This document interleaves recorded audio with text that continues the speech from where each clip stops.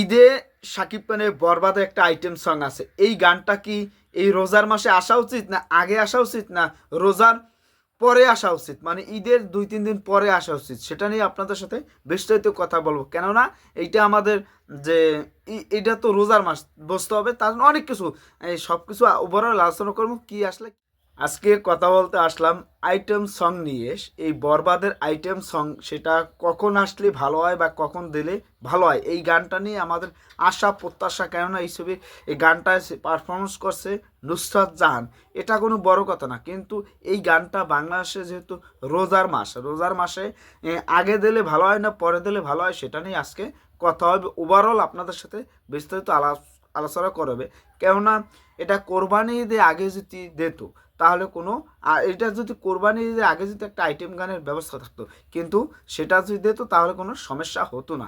কেননা এখানে সমস্যা হয়েছে কি, রোজার মাস, তারা 1 মাস রোজা রেখে এখানে আইটেম সং যদি একটা আসে তাহলে এটা নিয়ে অনেকেই সমালোচনা অনেক কিছু করতে পারে। তারপরও যে এইটা রোজার মাস, তাতে তারপরও যদি দেওয়ার চেষ্টা করে কি হতে পারে। আর এই গানটা কি জেনুইনই দেওয়া যায় এসে ঈদের আগে, মানে ছবি মুক্তির আগেও কি মুক্তি দেওয়া উচিত না উচিত না, সেটাও নিয়ে আমাদের কথা বলার আছে। যে এই গানটা যদি আমরা মুক্তি দিই তাহলে কি সমস্যা হতে পারে, যে বরবাদের গান। কেননা আপনি দেখেন, এই যে এই তুফান ছবির যে আইটেম সং দুষ্ট কোকিল ডাকে রে কুকু কুকুর, বা নদীর বুকে চর আমি কি তোর পর, আকাশ বহরা চাঁদনি রাতে বাঁধবো সুখের ঘর, এই যে গানের যে কোয়ালিটি ধারা, এটাই গানটার ভিতরে আমরা কি পেয়েছি, এই গানটার ভিতরে আমরা পেয়েছি কি, যে এই গানটার ভিতরে আমরা পেয়েছি যে ছবির গল্পটা কলম অনেকটা এই গানটার ভিতরে আছে। যারা ছবি বোঝে, যারা গল্প বোঝে, যারা নাও বোঝে, তারাও জানে যে এই গানটার সাথে তাদের জড়িত সব কিছু। এইটা নিয়ে এইটা নিয়ে যে আশা প্রত্যাশা।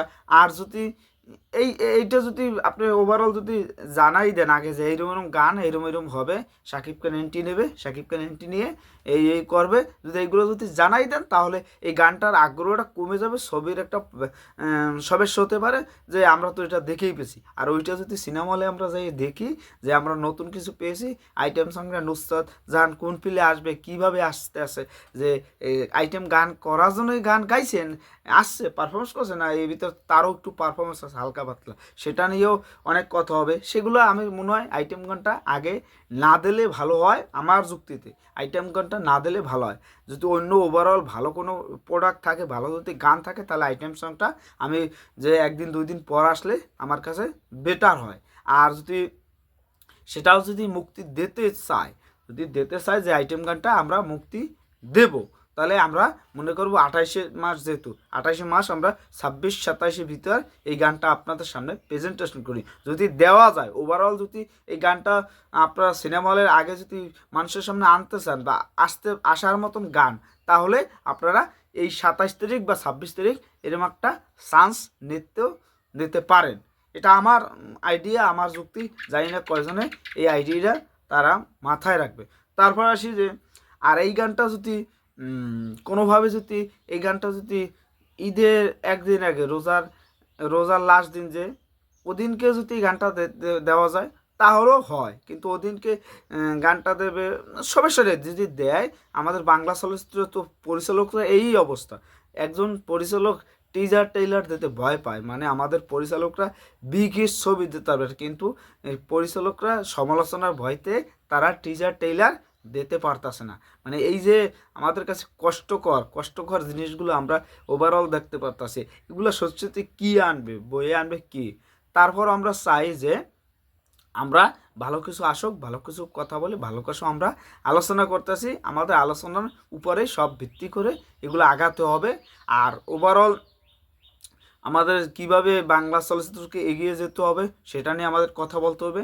আর আমার সাথে যদি একমত হয়ে থাকেন যে আমি কথাগুলো বলছি, যদি এই গানটা ঈদের 2-3 দিন পর মুক্তি দিলে ভালো হয়, ঈদের 2-3 দিন পর মুক্তি দিলে ভালো হয় আমার যুক্তিতে। কিন্তু এই গানটা যদি ওইরকম যদি কিছু না আনে গানের, যে এন্টি নেল ওইরকম তুফানের মতন, আর এখানে যদি এইরকমভাবে এন্টি নুসরাত জাহান না নেয়, তাহলে তো আর এই ছবির গল্পটা গভীরতার ভিতরে আগাবে না। আমার মনে হয় এই সমস্যাটা হতে পারে। হলেও হতে পারে। এই সমস্যার জন্য আমাদের কথা বলতে হচ্ছে, আপনাদের সাথে মতামত শেয়ার করছি। জানি না আমি ভুল বলছি না সঠিক বলছি, সেটা আপনাদের দায়িত্ব কমেন্টে জানানো। আর এই গানটা আমরা এক্সাইটেড আছি যে নুসরাত শাকিব খান আবার কেমিস্ট্রি দেখা যাবে, একটাই আমার কথা বলার আশা ছিল। সবাই ভালো থাকবেন। অথেন্টিক খবর জানতে বিজয় সাকিবিয়ান সাবস্ক্রাইব এবং ফলো দিয়ে সকল সাকিবিয়ানদের মাঝে ছড়িয়ে দেন যে এই কথাগুলো কেমন লেগেছে। সবাই কমেন্ট বক্সে কমেন্ট করে জানান। আর আমার বক যদি ভালো লাগে সেটা আপনারা শেয়ারও করতে পারেন। সবাই ভালো থাকবেন, ধন্যবাদ।